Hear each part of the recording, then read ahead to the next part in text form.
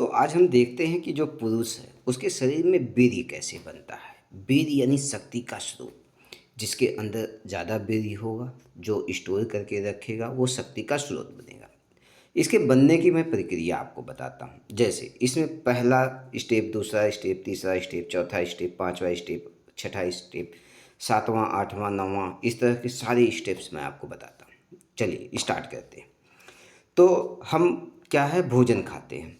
भोजन में हम क्या खाते हैं, रोटी है, चावल है, यानी हमें कार्बोहाइड्रेट खाते लेते हैं, दाल दूध लेते हैं, सब्जियां लेते हैं यानी प्रोटीन लेते हैं, सब्जी फल यानी विटामिन और मिनरल्स लेते हैं, सूखे मेवे यानी जिंक और आयरन लेते हैं। ये सब जो चीज़ें हम खाते हैं उससे क्या मिलता है, ये सब शरीर को ऊर्जा देता है और कच्चा माल देता है।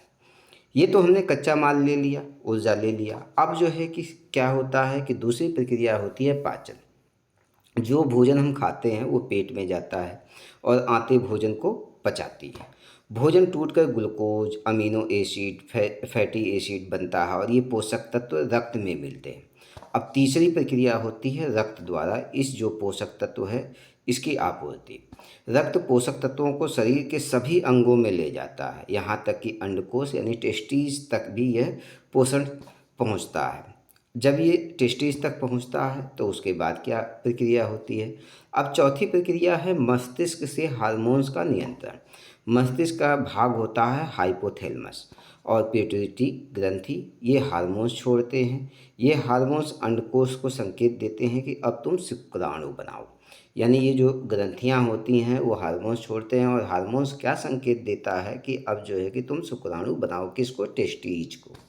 अब टेस्टिज शुक्राणु बनाने में लग जाता है, यानी अंडकोश में अब शुक्राणु बनने लगते हैं।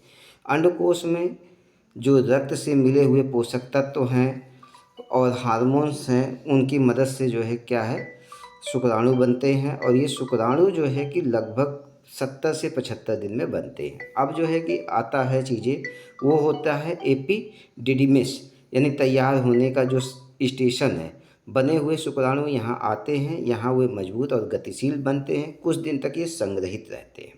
फिर उससे आता है एन प्रेडिडिमिस, यानी ये आगे का रास्ता है शुक्राणु ग्रंथि का।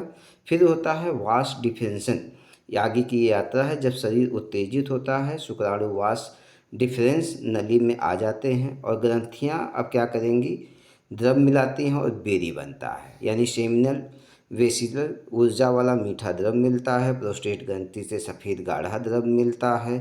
बल्बो यूथ्रिन ग्रंथि से मार्ग साफ और सुरक्षित होता है और शुक्राणु प्लस द्रव मिल के क्या होता है, आपका वीर्य बनता है।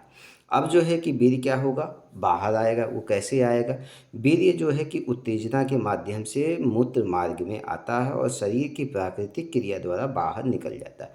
तो ये है मनुष्य के शरीर में वीर्य कैसे बनता है उसका पूरा प्रोसेस। तो आप लोग दोस्तों, ये निवेदन है कि अपनी इस ऊर्जा को यानी वीर्य को बचा के रखिए। धन्यवाद दोस्तों।